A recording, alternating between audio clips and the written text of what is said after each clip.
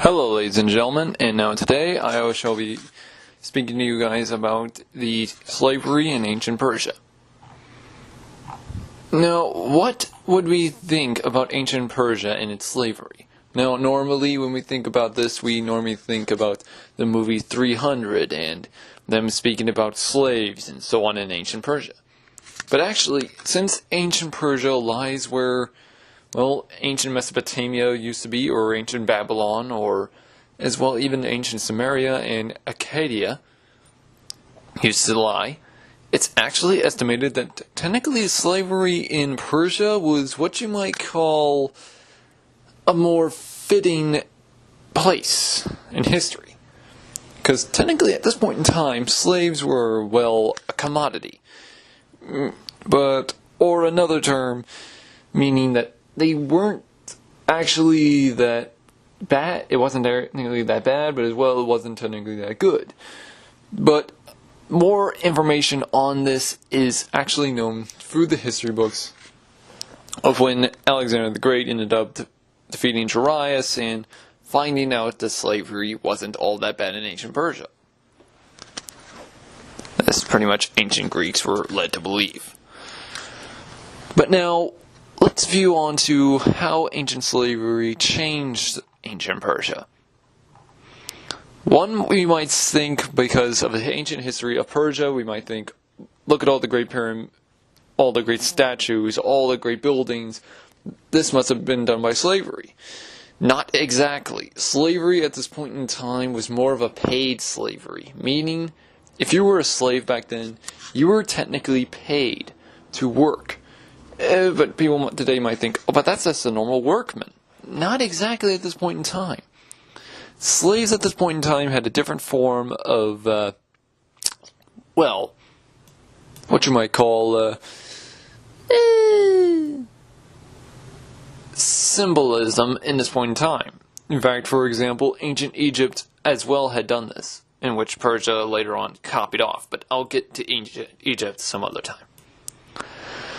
Now, in ancient Persia, pretty much when people think of the name Persia, we normally mistaken the name of, abusive slavery. Not exactly. In ancient Persia, if you were technically a Persian nobleman and actually owned slaves, you actually had what they called the tyrannias da class, or in the modern tongue, the rules on slave ownership. But there are different terms in which we today pronounce it as. We call it, some people actually do pronounce it as the slave banishment rule, and meaning that technically, if you're a slave owner, you have to abide by the rules, otherwise the slaves can actually gain their freedom in the process. In other words, it's a form of freed slavery. This form of freed slavery is never actually known much, but it is what we might call the form of Middle Eastern slavery, or Arabic slavery later on. But now, you guys might want to know, why did history back then always seem to look this way? Well, technically, it wasn't the greatest idealistic empire in age of history, as people might think. But actually, when it came to slavery, slavery was abandoning itself. There was no longer an ideal form of slavery. In fact, slavery was becoming a pushover ideal in Persia.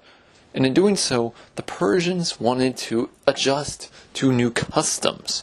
They didn't want to be known as the Egyptians. They didn't want to be known as the Greeks. They didn't want to be known as Romans. Well, technically, I think this is before Rome actually ever existed, but you get the point. They didn't want to look like other cultures. They wanted to be their own standout culture and pay their slaves for work. In doing so, it was a beautiful ideal. Unfortunately, it didn't last very long. As I stated, with Alexander the Great coming in, he brought in Greek ideals and not Persian. In doing so, the Greeks ended up enslaving thousands. But I'll get to that another day. Now, why did ancient Persia abide by the rules of the so-called freed slave and paid slave term? Well, it's actually stated off of one of the ancient Persian kings who first actually took a foreign bride. Now, it's hard to say of which ancient Persian king this was, since technically this is before the ancient Persian Empire became, well, the empire. But it is known that technically he took a foreign bride. No one knows where she was from, though.